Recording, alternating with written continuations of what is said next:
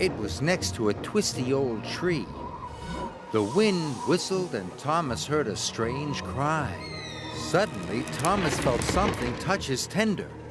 "Look out!" cried Diesel. "The ghost engine is after your funnel."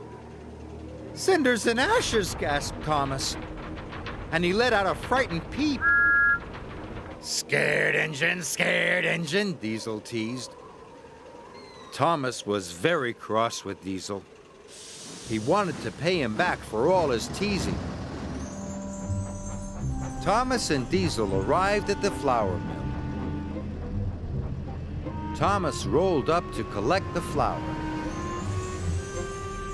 Then Thomas had an idea. "We'll see who's a scared engine," he puffed. Thomas biffed the freight cars out of the way and rolled up under the chute himself. When Thomas puffed out the other side, he was covered from dome to buffer in pure white flour. "Whoa!" he said spookily. "It's a ghost engine!" cried Diesel.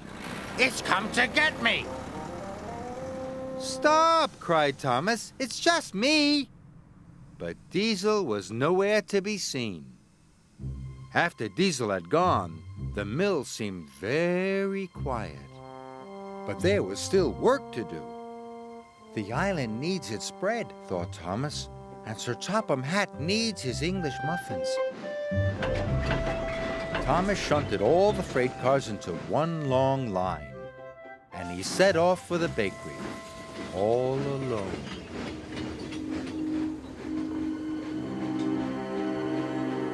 As Thomas arrived at the twisty tree, he wished he could go faster, but it was a very long train, and he had to go slowly. Because he was going so slowly, Thomas could see that the tree wasn't spooky at all. "It was just a tree," he gasped, "and the strange cry was just an owl." Thomas was relieved. Thomas chugged towards the abandoned mine. He could still hear the spooky banging. He looked to his left and then to his right, and he saw what was making the noise. "It's just an old door," he gasped. "The wind is making it crash."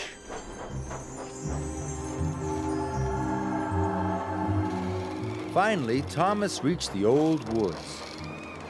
The breeze still blew, and the branches creaked. Thomas took a big, brave puff. But without Diesel's teasing, Thomas could see the haunted forest was actually Henry's favorite forest.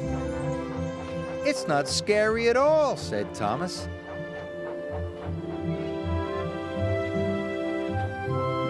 Thomas arrived at the bakery. He was tired but happy.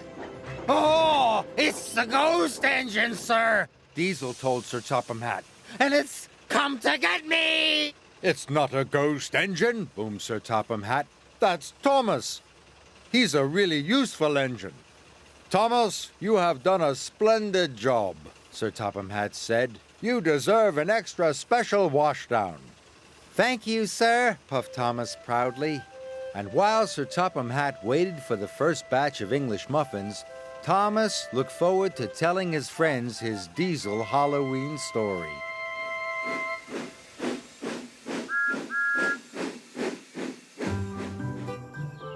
Summer on the island of Sodor can be very hot. The children need to cool down at their party.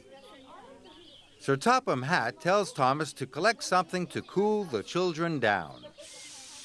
Thomas wants to help the children. But Sir Topham Hatt didn't tell him what to collect.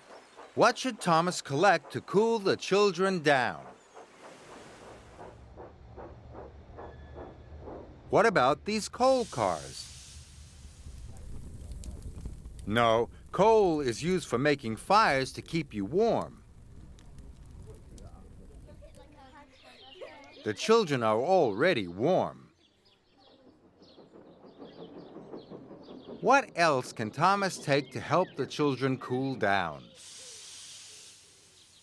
What about woolly hats and scarves? No, woolly hats and scarves keep you warm. The children want to cool down. Is there anything else Thomas can take to help the children cool down? What about ice cream? Yes, ice cream will keep the children cool. 2 whole cars full of fresh, cool ice cream. Now the children will be able to enjoy their party. Well done, Thomas.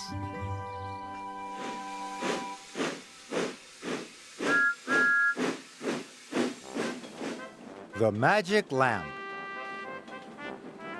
Narrow gauge engines work very hard.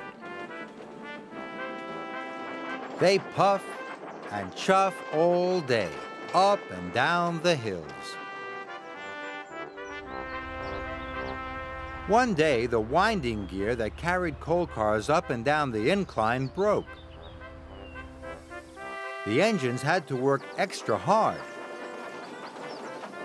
pulling heavy coal cars up and down the long, steep track, until at the end of the day, they could ease their aching axles. That evening, Thomas puffed into the transfer yards. All the narrow gauge engines were there. Thomas was delivering steel winches and wires to repair the broken incline. Listen, Thomas, hooted Rusty. Skarloey's telling us a story from the hills. Long, long ago, began Skarloey, there was an old engine called Proteus. His lamp was so bright, you could see it for miles around.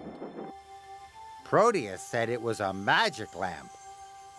He promised that if any engine ever found the lamp, their wishes would come true. How would you know it was Proteus's lamp? Asked Duncan. First, you feel a rush of wind whenever the lamp is near, Skarloey chuffed quietly. Then you hear a strange creaking sound. And finally, he added, you see it flicker on and off and on. Peter Sam huffed loudly. I don't believe there's a magic lamp. Soon all the steel winches and wires were loaded into Peter Sam's freight cars. I have work to do, huffed Peter Sam. I'm a really useful engine, not a really silly one. The incline must be working by morning, so I won't be wasting my time looking for a silly magic lamp, he tooted proudly. And he steamed quickly away. The moon was bright. Peter Sam huffed and puffed. The magic lamp I know isn't true.